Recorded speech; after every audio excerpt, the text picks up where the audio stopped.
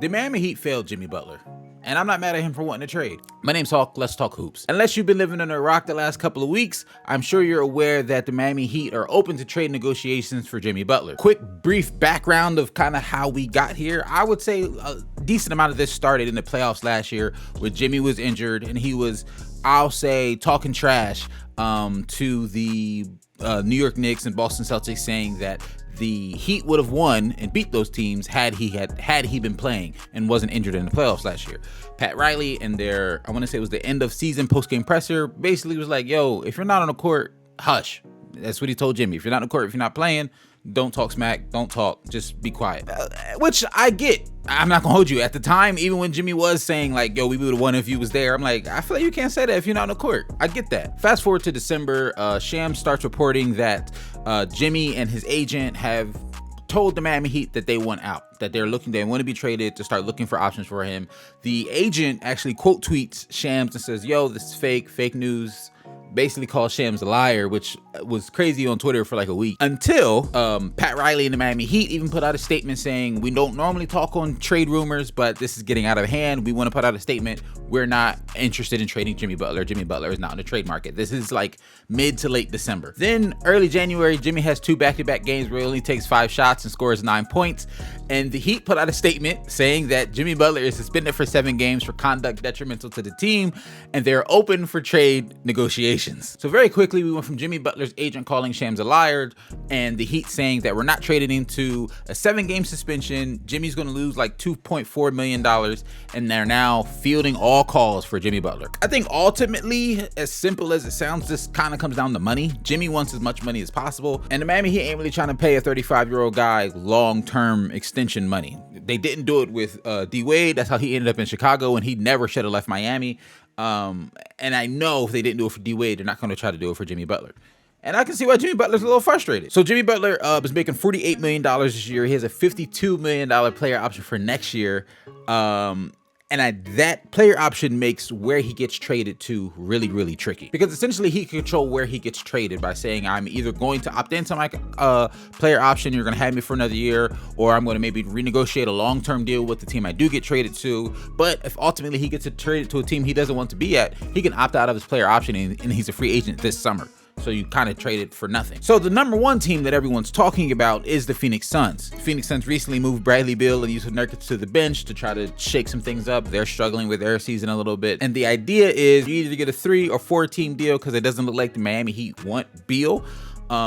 So a 3rd or 4th team take on Beal's contracts, some assets go to Miami, and then somehow Jimmy Butler ends up on the Phoenix Suns. Not impossible, but you know, 3 and 4 team deals aren't easy, but not impossible. Chris Haynes also recently reported that Jimmy Butler's camp has informed teams like the Grizzlies and the Bucks to not trade for Jimmy, because apparently, I'm assuming, Jimmy Butler's not going to sign a long-term deal with those teams. In this scenario, Jimmy Butler and his team hold a lot of leverage because of his player option and the fact that he could essentially walk away and become a free agent. Now, that's not what he wants to do. He wants to sign some sort of long-term extension. He wants to get paid. He wants to go to a team that's going to pay him the money he wants. But according to him and his team, he also wants to win. So it's a catch-22 there, because him saying he doesn't want to go to teams like the Grizzlies and the Bucks don't make sense in terms of wanting to win. Now, there's this idea that a team like the Grizzlies or the Bucks, even though he says he doesn't want to be there, which I'm assuming because he's not going to sign a long-term deal there, or a mystery team that hasn't really come up yet, could try to trade for Jimmy and look at it as a 1-year rental or a just finish this year out rental. Not the same, but similar to what the Raptors did with Kawhi when they traded for him for that 1 season, won the championship, and the Kawhi went and signed with the Los Angeles Clippers. Because with the state of the league right now, there's been 6 different champions in the last 6 years. It feels like there's a lot of parity in the league, and if a team like the Bucks or the Grizzlies, for example, add a guy like Jimmy, on paper, it definitely helps their chances of winning the championship. And then if you win one, it's hard to walk away from a team that just won a championship. So maybe there's a world where you resign them if you win. That's at least the theory, I guess. All in all, in terms of the trade itself, there's nothing we really can do but sit back and wait. There's a lot of speculation. I'm sure there's going to be tons and tons of reports that come out until the trade happens. But what I want to talk about here is I'm on Jimmy Butler's side. I'm fully in support of him saying, yo, I went out, I want to be on a new team, I want a different opportunity. One, because I want to get paid, but two, I think I want to be a part of a chance to win somewhere else. And I get it. Jimmy Butler's currently in his 6th season in Miami. He got to Miami in the 2019-2020 season. It doesn't feel like it's been 6 years, but we're in Jimmy Butler's 6th season in the Miami Heat uniform.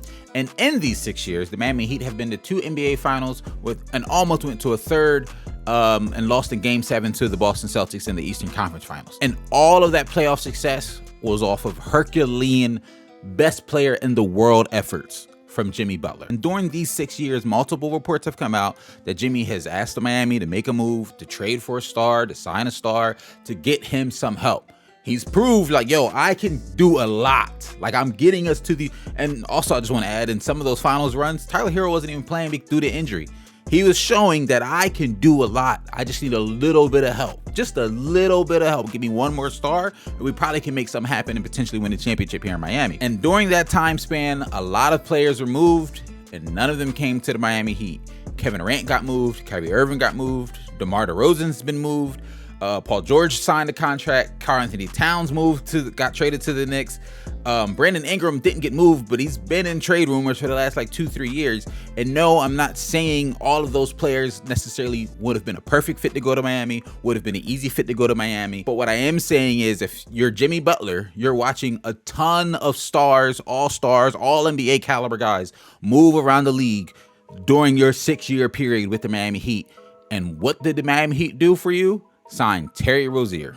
No hate to Terry Rozier, but he's none of the guys I just mentioned. And you can say, well, the Heat didn't have necessarily the flexibility that some of those other teams had. All fair. Once again, not saying it would have been easy, but what I am saying is, and what was the running joke on NBA Twitter, NBA trade deadline after NBA trade deadline after NBA trade deadline, was that Pat Riley was basically sleeping in Miami. Come every February, everyone had been for the last couple of years expecting, waiting for the Miami Heat to do something. And then year after year after year, the running joke is, well, they didn't do nothing but watch them have a deep playoff run because Jimmy's going to turn into playoff Jimmy. And that's what was happening. So if I'm Jimmy, I'm like, yo, imagine if y'all really did something and then we got somebody. Because not only did we not get somebody big, I'll say, and all we really signed was Terry Rozier, we also lost Gabe Vincent, Max Strus, and Caleb Martin during this time frame in the last couple of years. And yes, granted, not all of them were great for necessarily during the regular season, but those 3 guys specifically all had big moments in those playoff runs. All 3 of those guys had big moments for the Miami Heat in those playoff runs. So not only did you not sign anybody significant, you also didn't retain some of the guys that were big for Jimmy in those playoff runs. If you ask me, I would say the Miami Heat failed to build anything substantial around Jimmy Butler, and they, to me, were banking on the growth of Tyler Hero and Bam Adebayo. 2 players who are all-star caliber players, are really good players, and have developed to be really good players. But I think the fact that Jimmy Butler was 30 when he got there, and that they were banking on the growth and development of, at the time, some younger guys, definitely entering their primes and in their primes now. But at the time they got there, some younger guys, I don't think they did enough. And I think the other reason I'm so, I'll say, passionate about this right now is I've seen a lot of discourse online, other YouTube videos and NBA Twitter, comparing this exit to, oh, well, it's just Jimmy not getting his way again, and he's forcing his way out of another good organization. He's doing what he did in Minnesota. He's doing what he did in Philly. And I think all 3 of these exits are very different situations. What happened in Minnesota and what happened in Philly and what's happening here, all 3 are very different situations. But I think this Miami situation specifically cannot be compared to those other 2 because he's been here for 6 years. Like, he's built a culture here. He's been and proven on like some of the biggest stages that he can be the best player in the world in the playoffs. That's the level of basketball he was playing. And to me, they just didn't do enough. I'm curious what you think. Are you on, like me, on Team Jimmy, saying like, yo, they didn't do enough? I'm not mad at you for wanting out. Are you siding with the Miami Heat, or with other people saying this is just Jimmy being Jimmy again and forcing his way out when he doesn't get his way? I'm curious. I'll catch you in the next one. I'm out.